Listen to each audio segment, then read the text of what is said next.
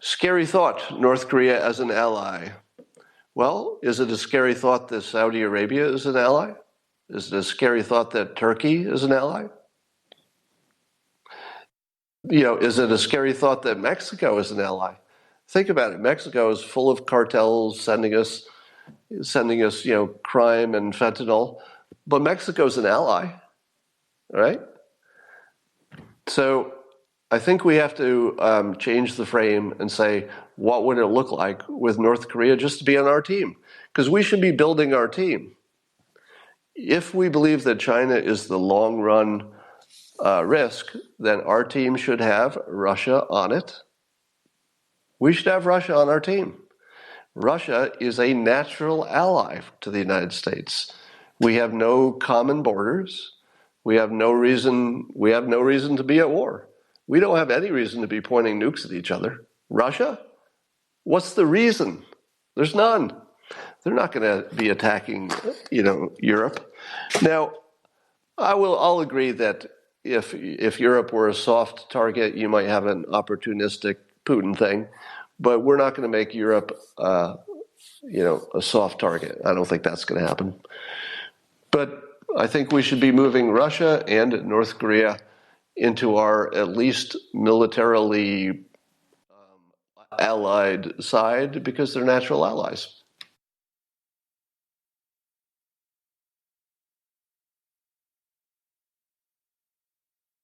North Korea just sent a signal to the United States that is the best thing I've seen yet. I'm going to read the sentence, and I want you to see if you can find the hidden signal, okay?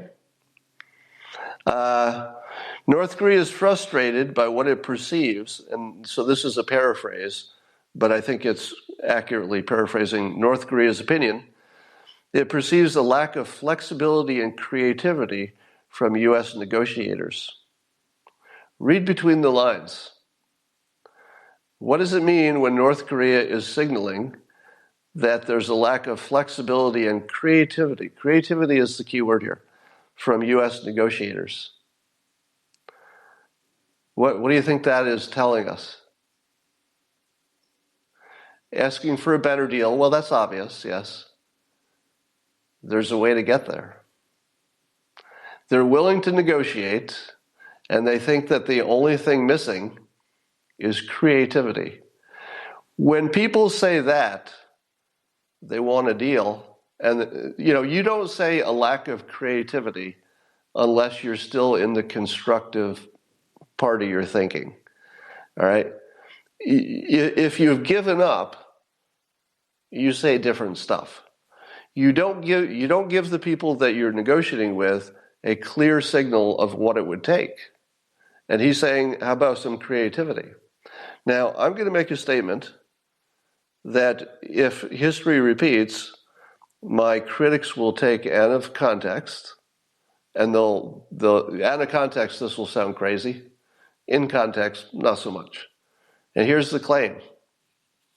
If you give me a week with the North Korean negotiators, I'll get you a deal.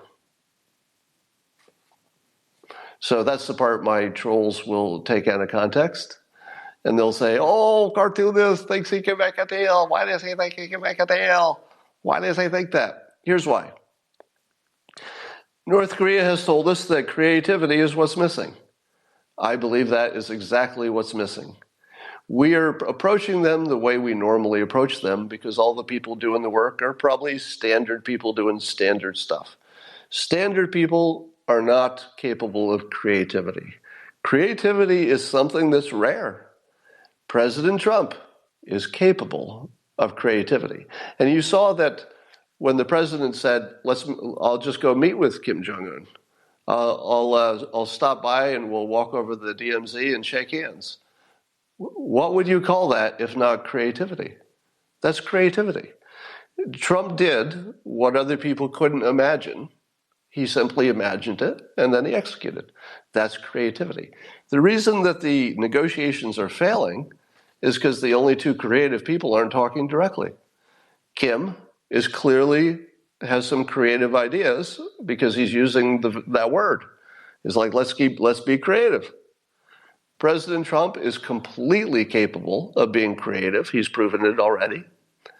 But he's not directly talking to Kim. So you've got all the people in between who don't know how to be creative trying to solve a creative problem. You can't send uncreative people to solve a creative problem. And Kim has just called it out. He just said, basically, he's saying that you got the wrong guys on it. Wouldn't you say? When he says they lack flexibility and creativity, he's talking about the negotiators specifically. He's really saying that if you had better negotiators, we would already have a deal. Do you know what? I 100% agree with Kim Jong-un. I don't want to. It's not, I didn't wake up this morning and say, I think I'll take sides with North Korea over the United States of America. I don't want to. But on this point, I'm close to positive that he's right, that the thing that's missing is creativity. Let me give you an example. This is something I said before, but I believe that creativity involves reframing our relationship with North Korea the following way. If we're trying to simply disarm them, like Libya, while at the same time we're in a state of war and we have our army on their border, should we expect them to negotiate? No, I would not expect North Korea to offer a deal under the current situation. I wouldn't. So why would he? I don't even think he should make the deal. If I were Kim Jong-un, I would say, I'm not making this deal. You've offered me nothing creative. So I would suggest the following, that we end our formal state of war that's been in place for decades, I guess, and just end it. That is very creative in terms of a first move. But I suppose the negotiators would say, no, you can't give him something until he gives us something. That's the way to failure.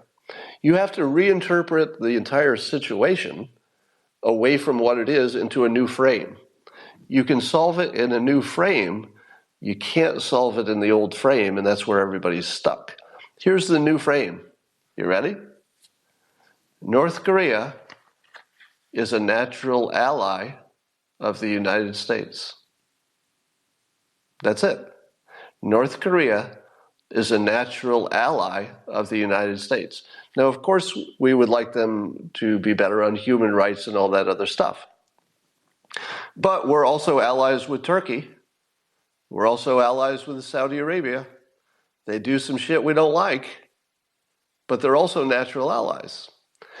North Korea, their biggest risk is China, obviously.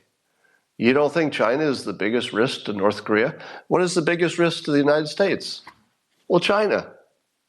China is a natural adversary to North Korea, and they seem to be a natural adversary to the United States. If our negotiators are trying to simply find a stable peace with North Korea, they're idiots.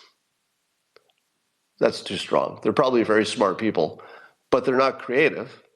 A creative deal, and I swear to God, I can almost see it in the word creativity. I think Kim Jong-un is saying, offer us a deal to be your ally, and we'll point our nukes in the other direction. Now, I don't know how you could be sure that North Korea would actually target China, but I've made this point before. We're also not sure that Israel doesn't have their nukes targeting the United States, except that they would have no reason. So simply having no reason is the best assurance you could have. North Korea right now has a very good reason to point their nukes at the United States. They have a good reason. Let's take it away. If we keep them with their good reason to have nukes, why would we ask them to get rid of them? That's not even a smart negotiating. You have to take away the reason. That's what President Trump had the creativity to do by saying, let's talk. Let's just take away the reason. I'm your friend. We could talk. We could work this out. We can make North Korea rich and prosperous with investment. That is creative. Whatever the negotiators are just doing what lower level people think they can do within their realm. They're not really authorized to be creative. Do you think that there's any negotiator who would have the authority to say to North Korea, maybe we're aiming low. Instead of just not fighting, why don't we join teams? Because you've got a strong team. You've got nukes, for God's sakes. How would you like to have a country with nukes on your team on the border of China? Well, I suppose South Korea qualifies, but why not another one? So here's what's wrong. So that's the bottom line. The bottom line is that I believe that when Kim uses the word creativity, he is saying to us directly, make me an ally, because that's what's left, right? A mere you do this, we do this, never is going to work, it looks like. Do something creative. Take a bigger risk. All right. I think that's all I wanted to talk about. Is there anything else happening? Scary thought, North Korea as an ally. Well, is it a scary thought that Saudi Arabia is an ally? Is it a scary thought that Turkey is an ally? Is it a scary thought that Mexico is an ally? Think about it. Mexico is full of cartels sending us, crime and fentanyl, but Mexico's an ally, right? So I think we have to change the frame and say, what would it look like with North Korea just to be on our team? Because we should be building our team. If we believe that China is the long-run risk, then our team should have Russia on it. We should have Russia on our team. Russia is a natural ally to the United States. We have no common borders. We have no reason to be at war. We don't have any reason to be pointing nukes at each other. Russia? What's the reason? There's none. They're not going to be attacking, Europe. Now, I'll agree that if Europe were a soft target, you might have an opportunistic Putin thing, but we're not going to make Europe, a soft target. I don't think that's going to happen. But I think we should be moving Russia and North Korea into our at least militarily allied side because they're natural allies. They aren't stopping the nuke program, right? So the point is, there may be no path that gets us to a non-nuclear North Korea. But we don't worry about nuclear powers that are our allies because they're just not pointing their nukes in our direction. Now, we could also help them move their... Oh, and the other thing I said the other day, let me say more about that. I was jokingly, but not jokingly, just to sort of shake the box, saying that it would be fun for the United States to surrender to North Korea. Because if we surrender, then Kim has a victory. And he can go tell his people, all right, our nukes worked. We did everything we want to do. Let's make friends with them now because we've defeated them militarily. Could you make a statement that Kim could interpret that way, but wouldn't be exactly that? I think you could. I think you could word a peace declaration that would say, for example, it would say, we're recognizing that North Korea is so strong that it would be unwise for us to get into a military conflict with them. And thus, we would like to surrender. Well, no, don't use the word surrender.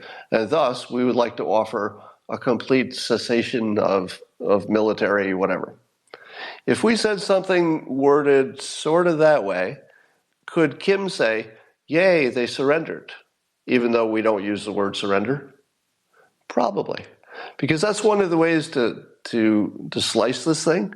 You want to give both sides a different story that's based on the same set of facts. It's hard to do, but that would be the example. So you declare peace, you say it's because North Korea is nuclear and very strong. You say it because it's true, right? That's a true fact that we don't want to get in a fight with them. You could also say we would prefer to be allies. And Kim can say, look, I made them, we built up our nuclear power, we stared them down, they backed down, and they had to declare peace because they were afraid of us. Would that be wrong? Not really.